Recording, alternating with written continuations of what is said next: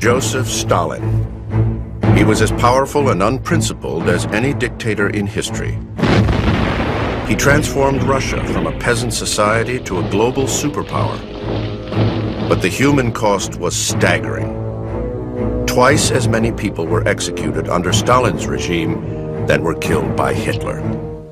He was one of the most brutal dictators in world history. He led what was then the Soviet Union with a true iron fist, willing to execute anyone at any time for disagreeing with him and his decisions. And now, more than 60 years after his death, the Russian people are gaining a new level of respect for Joseph Stalin, which might reveal plenty about what their current leadership is considered.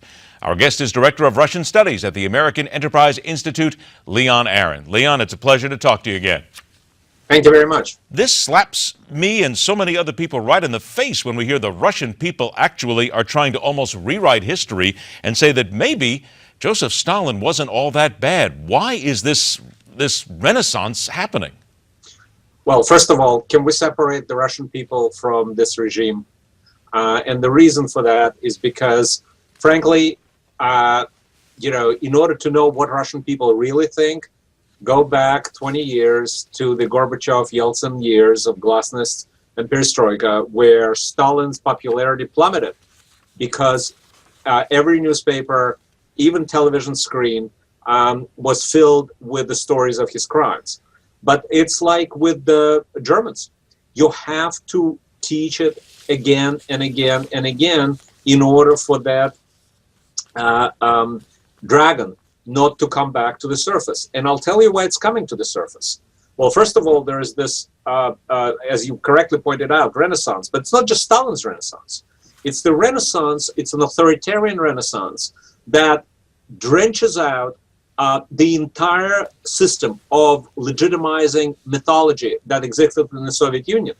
Yes, Stalin is one of them. And by the way, Stalin is most popular because Putin put stress on Russian victory or Soviet victory in World War II, and Stalin happened to be the leader of the Soviet Union at that time. So let me make sure, I just want to make the difference here before you continue, because what I'm hearing is, we see the stories and read them, it says the Russian people are the ones who are bringing Stalin back. But what you're pointing out is, it's not the Russian people, it is the Russian government, it is Putin's government at this point. They're bringing him back, perhaps in order to bolster him, to make him look better. Is that fair?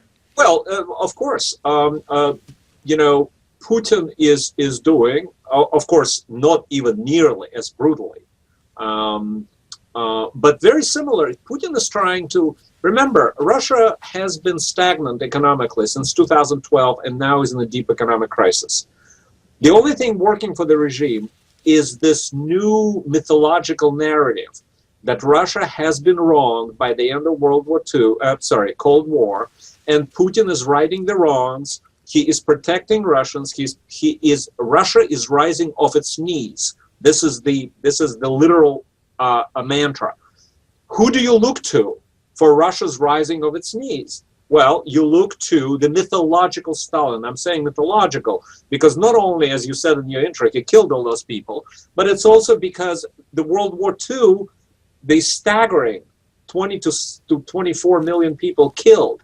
At least 10 or 15 of them were Russian soldiers, and at least half of them were killed unnecessarily because Stalin trusted Hitler and he dismantled all the fortifications on the border. So this is not the real Stalin.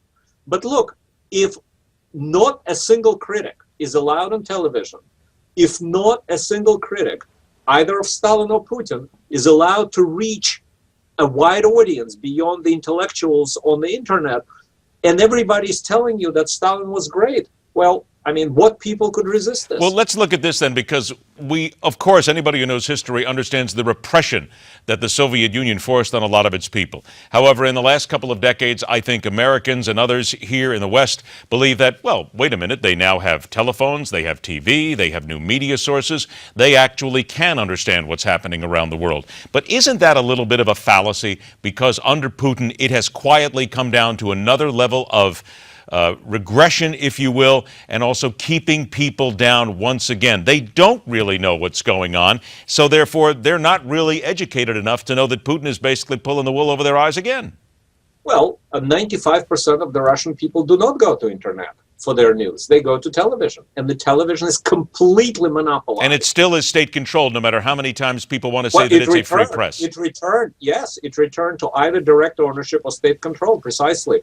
Call it censorship, call it self-censorship. The point is, as I mentioned, not a single critic, either of Putin directly or his war in Ukraine, or this official mythology in which Stalin is at the center, is allowed on television. So are we back then again just to what was the USSR? You know, two of my colleagues, the professor of UCLA, Daniel Treisman, and Sergei Guriev, a prominent Russian scholar now in exile, recently published a paper where they pointed out that this is a new kind of dictatorship. It's a dictatorship based on the manipulation of information. And I think Putin is doing it extremely well. If we were to look at what Putin's endgame is, and it would seem that certainly many dictators understand that when you have a bad economy, the country's in need, the only way out is war. Is that what Putin is thinking? That eventually the only way out is to go to battle with somebody, not just in Ukraine, but a larger battle that brings the country together under that nationalistic shell? You have described a worst-case scenario that keeps me and a lot of other Russian analysts, or should be actually keeping us and our leaders and the Western leaders not sleeping at night. Putin shifted the legitimacy, the basis of legitimacy of his regime from the steady rise in incomes and the growth of the economy and the standard of living to patriotic mobilization. Currently, Ukraine is enough. You cannot go to that well too often, it gets dry.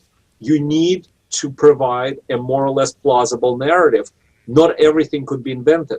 So yes, hostile environment, warlike environment, aggression, Putin defending Mother Russia from fascists. That's the current narrative with regard to Ukraine.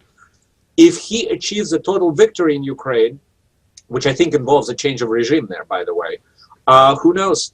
He may decide that to bolster the domestic legitimacy, especially if the sanctions are beginning to bite and the oil stays at 40 to 50 in the 40 to 50 range a barrel, dollars a barrel, he may, yes, indeed, start nibbling on something else. And it most likely will be the Baltic republics, Lithuania, Latvia, or Estonia. And that is frightening indeed. We're right back to mad. We're all out of time. Leon Aron, thank you so much for joining us. Always informative. Have a wonderful weekend.